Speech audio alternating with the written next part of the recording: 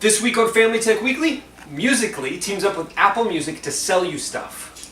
YouTube Kids is coming to your smart TV. And you do have parental control options on a Chromebook.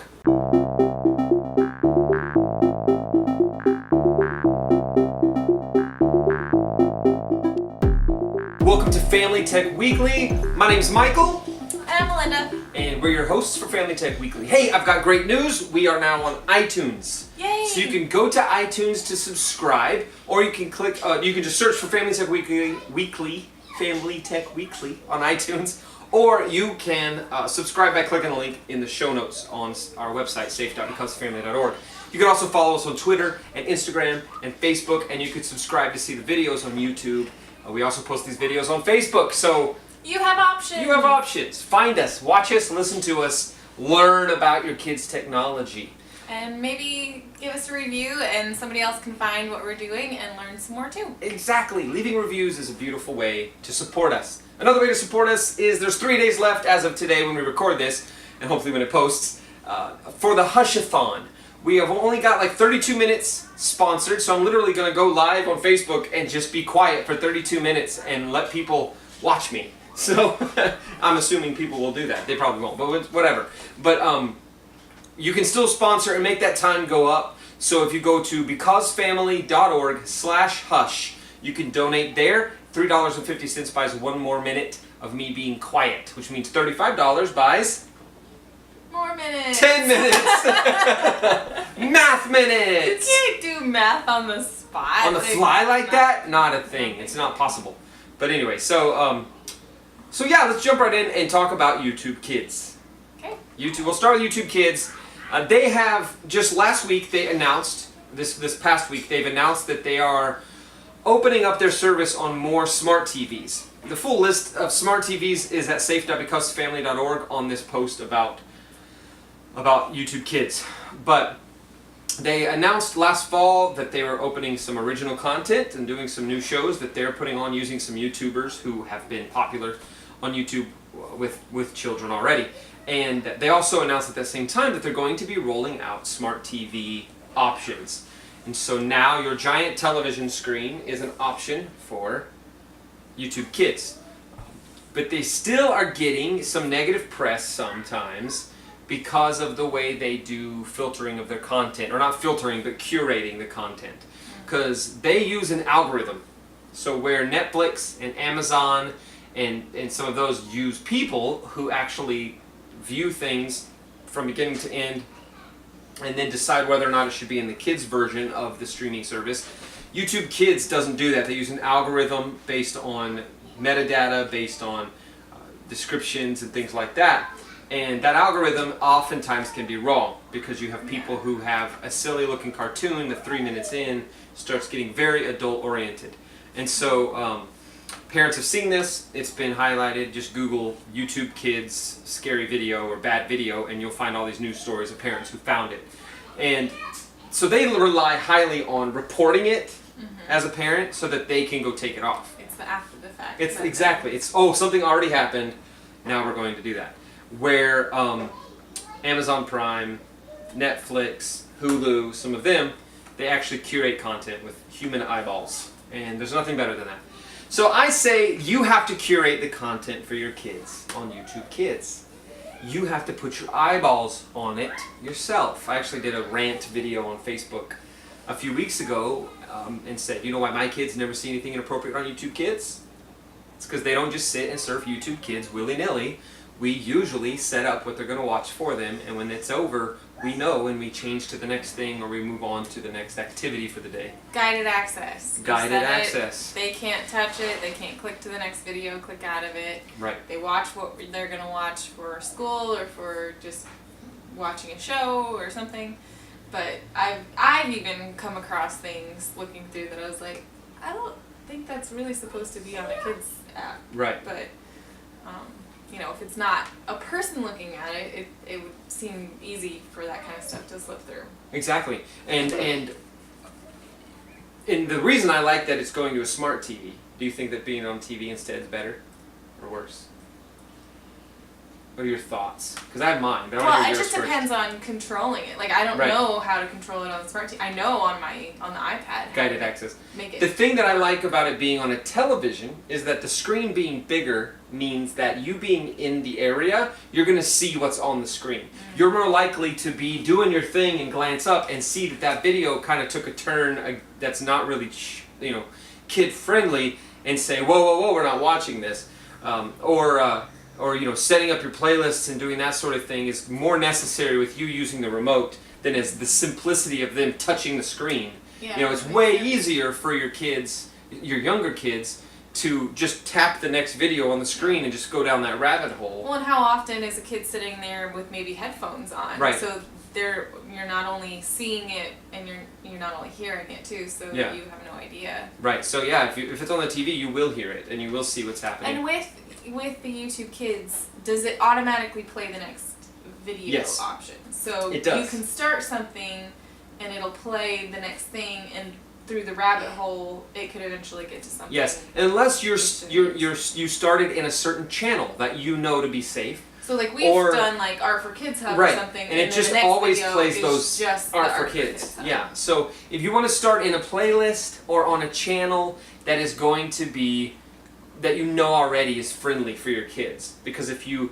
just start some random video, you don't know what the 3rd, 5th, 10th video down the line is going to be. Yeah. So you just want to be careful with that. And the beauty of it being on a television screen is you're going to be able to go, hey, what is this? I didn't want you guys watching this, And even if it's not just awful, it could be some like a little more violent kids show or something that your 3-year-old doesn't need to watch yet because he's going to take a knife and jab it at his 9-year-old brother. So you just got to be careful with the stuff that they watch. Even if it's not necessarily inappropriate, it might not be age appropriate. Yeah. So. Or depending on your views on things, it might not follow along with the things that you agree with. You agree or you believe or Because some people might think that something is an okay thing based on where they live and their culture, Sure. or whatever else that. Or your religion, is like normal if for you're this them, religion, or- you don't want to go watch a video about how that religion's all bad, or in some of those, sometimes that stuff can be kind of put in a kid show, and it's weird because as a member of a religion, you're going to think, oh, this is good, my kids need to know these things, but it just being there, you may not, and you may not want that to happen. So it's important. And also, if it's something that you're not watching, and they need to be able to know to talk to you, or you need to know that you need to talk to them. And if you haven't seen what they're seeing, you might not know that that's the question that's been raised. Exactly. Yeah, that's right. That's good. So I would recommend maybe making a transition if your kids watch YouTube Kids, maybe transition to the smart TV if that's an option for you, because you can more, like we said, more easily see what's actually happening, hear what's happening, and make good decisions for them that way. And again, there's a full list, a list quoted from another article in the safe.becausefamily.org post about this. So, and then that's still on the home page. So go to safe.becausefamily.org and you'll see that link real easy. So, so we're gonna take a short break and we'll be right back and we'll talk about Musical.ly and Apple Music. Parents are in over their heads. They've bought into the lie that the technology their kids are using is too advanced for them to understand. Our children are being called digital natives, and if we don't learn about their world now, they will be consumed by it. BecauseFamily is a real-life voice in a world of digital noise. We work every day to educate parents on the best strategies for internet safety. We perform free workshops to walk parents through the safest way their family can use their tech devices. We cannot do these things without funding. The 2017 Hushathon is a way for you to invest in the families of our community and our nation. It's a way for you to say that you believe there is a better way to live in this screen-driven world. Just $3.50 will sponsor a minute of silence in which I will be quiet for the sake of children who are seeing inappropriate content online for the first time. $35 will buy 10 minutes of silence in which I won't speak in honor of the young girl who is in contact with someone she doesn't know may wish her harm. $105 will buy a half hour of silence during which I will keep my mouth closed so that once the time has ended, I can be louder than ever. Pay for me to be quiet now so I can speak up about internet safety.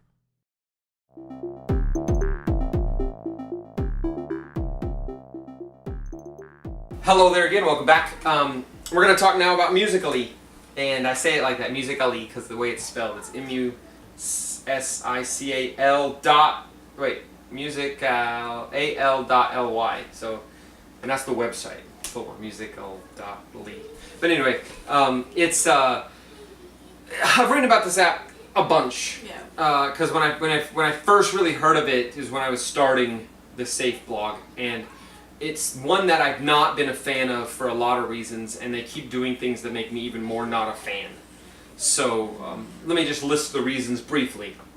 Reason one is because it appeals highly to young teen girls by allowing them to make short music videos and lip-syncing videos and dancing videos to pop songs. Pop songs that are not edited or filtered.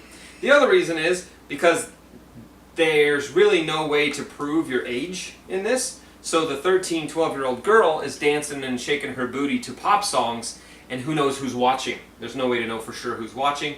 There's no way to do that, and there's really no age restrictions either in the app. And then that comes to the fourth or third reason? Third reason is because they don't have age restrictions and things, and the CEO has been quoted, I actually watched the interview where he said it, that they're not going to put it in there because kids probably wouldn't listen to it anyway, and it's just up to parents. So that's annoying. And then, for a guy who's trying to help families protect their kids online. And then now they've added another reason. Well, the other reason is because the pop songs are a direct link from the artist to the kids who are using the app. And a lot of times the artist will actually be on Musical.ly saying, hey, this is a shaky booty booty booty song challenge. I don't know that that's a real song. I don't know. But they say, this is a challenge. That's real. Okay, shake your booty to my song, Shaky Booty Booty Booty, and you can win a whatever, and I'll share it if I like it on my, and then they want to get Musical.ly famous, which there are people that are making money off of the influence they have on Musical.ly. And so that direct connection from pop artists that I know nothing about with my kids would not make me happy if I had a 12-year-old daughter, which I will in a few years. So I don't like that. Well, this is the newest reason. Musical.ly partnered, last week they announced they partnered with Apple Music. And I actually saw it in the App Store already. It says, buy Apple Music songs directly from Musical.ly now. So they're selling the songs now. So you've got this short clipped version to make your video. Cool. Booty Booty Shaky Booty Booty song goes on, and you're like, I like that, I made a video of it, it was great. Well then, now you can go listen to the full version if you are already a subscriber to Apple Music. If you're not, it's going to say, hey, why don't you subscribe to Apple Music? And then you can get full access to all these songs in the Musical.ly app. So here's why that's a problem. Mom and Dad, you've set up stuff to use iCloud to track what kind of music they're listening to. You've set parental restrictions in iCloud or in Apple Music to help them not download music that's above their age range. Musical.ly is probably not going to follow those rules, are they? So they can get to whatever music they want through Musical.ly that's been promoted to them by the artist directly on a video as if it was a little conference message and makes them feel like they talk directly to this person. And so that could cause some real issues if you're trying to kind of keep songs about very adult things out of your kids' brains. This could be a problem. So what you're saying is, if you are already signed up to the Apple Music, yes, which 20 million people are. Okay, so that's through their family share thing? Yes. So it goes through that, but it doesn't alert the family share? To my knowledge, it does not alert the family share. It's kind of a way to bypass the family share. It'll know that maybe you have Musical.ly, but it doesn't know what songs you're putting in. Right. Do you have to purchase the songs through this Musical.ly? Not if you have. You can, but if you have a subscription to Apple Music, you can stream the whole song directly in the app. For free. I mean, you've already paid the subscription, so you can listen to the whole song in the app without actually switching to Apple Music. Gotcha. Which there is the possible problem, right? Not to mention the idea that your kids don't need anyone else telling them that they want to buy something like this. You know, your 12-year-old daughter, Add to that. it's just another thing they're going to come to you and say, we need to get an iTunes music subscription so I can use Musical.ly. It's my favorite thing. All my friends are doing it. You know, all that, blah, blah, blah. And you don't need that. You don't need that. So I have put Musical.ly on my uninstall list. Which I need to make I'm going to make a page on our site that is my uninstall list because it's starting to populate. Yeah. So I say uninstall Musical.ly. I just think that's what you need to do. But you're going to have conversations. Absolutely. Especially an app like this where they're like, but it's not bad. Like, it's just music. It's just like you have to have legit conversations with them and probably an ongoing conversation about why those kinds of apps can be negative for them and right. Why and they need to know why you're doing it, why you uninstalled it. Not just if they're gonna have it, so. and if they're gonna have it, you need to follow them.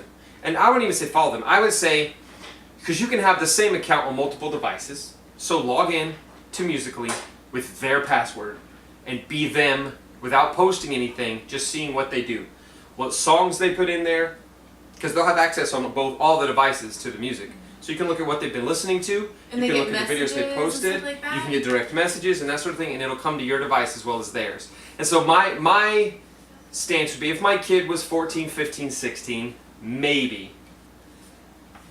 12, 13, I would say absolutely not.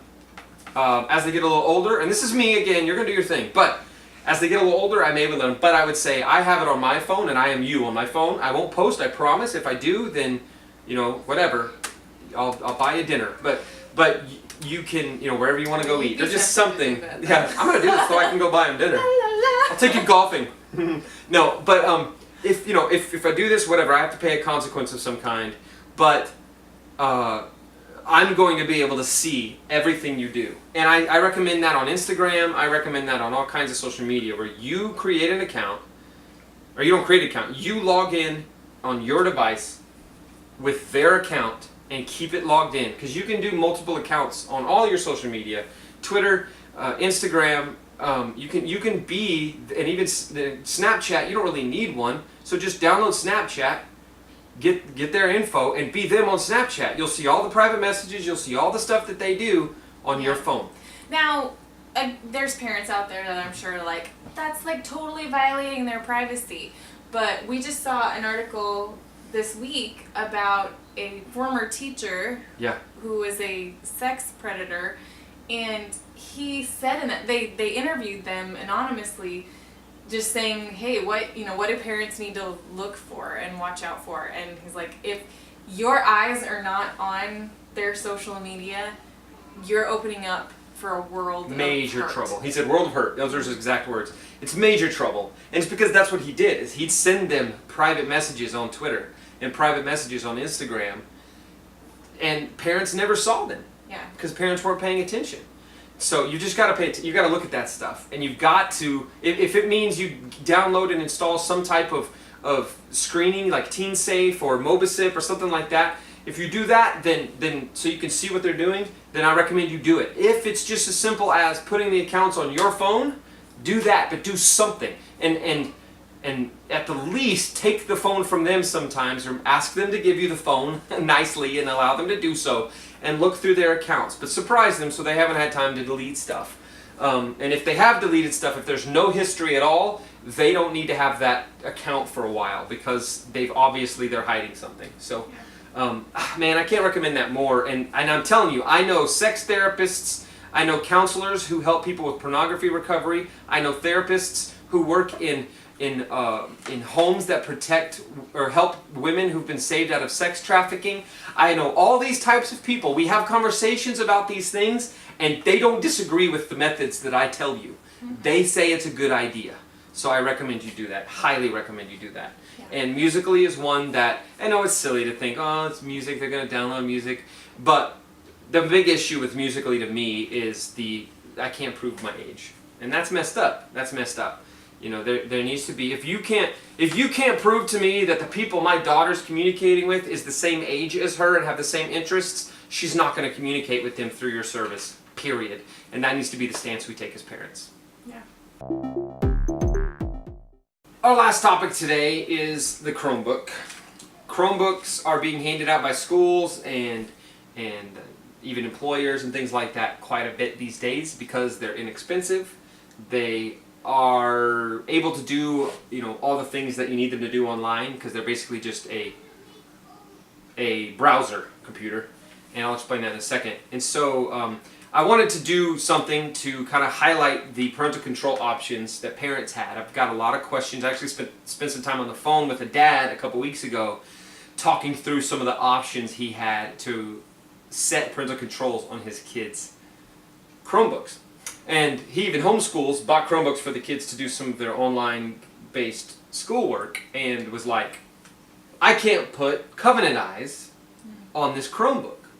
So I went and looked at Covenant Eyes, and they don't have a way to use Chromebook. NetNanny does not protect the Chromebook. And the reason is, a Chromebook does not allow you to install programs that run on the computer because it's not a full computer. It doesn't have the space and resources necessary to run those programs. Whereas like a regular laptop, it's how it all works. You put in programs, you run the programs to do the things. And so those programs run what they call in the background or beneath or behind all the other stuff you're doing. It monitors your activity online, and that's how it works. Mm-hmm. Well, you aren't able to excuse me, you're not able to install some of those on a Chromebook. Therefore, he was panicking because he had already paid and pays monthly for Covenant Eyes, or had paid annually or something. He's like, I don't know what to do. It doesn't work. And so we did some digging together, and we found what will work. And the first option is something called supervised user, I believe, or it might be supervised account, but either way, it's supervised. And you have a supervised user dashboard that you can log into as a parent or as the supervisor. So it's made for educators or parents or somebody like that, to where you can see everything they've done online on the browser, and you can see what they've used as far as extensions and things that have been installed into Chrome. So that's kind of like the base built-in option for a Chromebook. Your next option is something called Mobicip, or Mobicip. I assume it's a S sound, but it's Mobicip. And Mobicip will do a lot of different things for the Chromebook, scanning it'll do what the built-in supervised user thing does, but it does it better. It doesn't just show you a whole list of everything they've viewed online. It highlights potential threats or bad things that they've done. It gives you time, lets you set time limits. It does all that through an extension that you install in the Chrome browser on your Chromebook. So Mobicip is a good option. It costs a little bit per month. I think it's $10 a month. You can go to the article we wrote about this at safe.becausefamily.org and click on the Mobicip link there, and we're affiliated with them now, so you can go through and sign up to help. It'll help us when you pay your monthly payment to them as well. The third option we are also affiliated with, and that is an accountability software option. It's less expensive than Mobicip, but I would say if you're going to do Accountable to You is what it's called, and you will see banners on our website, and it's also linked from this article. But Accountable to You is the accountability software. It's a very, very, very good accountability software, and it's also available as an extension for Chrome. So you can install it into the Chromebook. You don't need it on your regular computer. You install the software, like I said, but on a Chromebook, you can find it in the Chrome App Store or Extension Store, whatever you want to call it, Web Store, I think they actually say.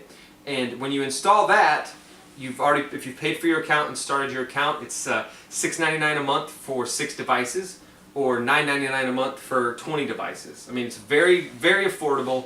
And if you go through our links, it helps us a little bit too. It's actually helping us pay for our creative software that we use to edit these videos and that sort of thing. So please, go use Accountable to You. But if you do use Accountable to You, if you want to keep track of what extensions and things they're using, you can use the built-in supervised user settings to let you do that. So you'll have the best of both worlds that way. But I recommend either Mobicip or Accountable to You if you want a little extra beefiness to your protection. But there are options on Chromebook. And an important thing to note is with the Chromebook or with any device that you're given from the schools have to keep them safe and filter them when they're on campus.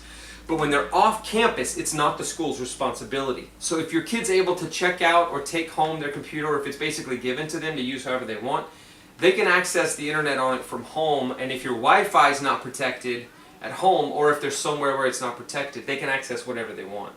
So just because, and some schools may make them have stuff built into it, and they're allowed to do that, but you need to find out. And then if you've got them on yourself, then I recommend you protecting your Wi-Fi and using Circle and things like that to protect your Wi-Fi. And use one of these other 3 options. So that's what I recommend. Great. That wasn't as much a discussion, was it, as No. me giving advice. But yeah, if you have any questions about any of the things we've talked about on this episode, please email us at becausefamily@gmail.com. You can follow us on Facebook by searching Because Family. We're also on Twitter and Instagram. It's all Because Family with one word, only one word. And you can keep track of the latest tech news at our blog, safe.becausefamily.org. You can learn about our workshops at becausefamily.org, how I go in and I teach families how to protect their kids online. I'll do it on Skype, so if you live far away from us, I can still do it. And there's just all kinds of stuff on those websites. You need to check it out. And you can subscribe on YouTube. And don't forget to subscribe on iTunes so you can listen to us when you're driving to work, and you can leave a review and say 5 stars. That Melinda girl is so smart, but her husband, he's a doofus. Whatever you need to do. And thank you, honey, for being on the show. And we'll see you next time on on Family Tech Weekly.